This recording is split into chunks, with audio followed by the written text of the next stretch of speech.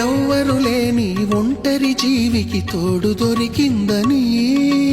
అందరూ ఉన్నా ఆప్తుడ నువ్వై చేరువయ్యావని,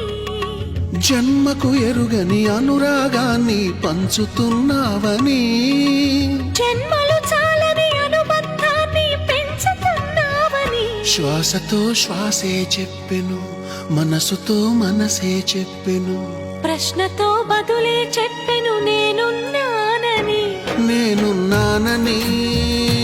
నీకేం కాదని, నిన్నటి రాతనే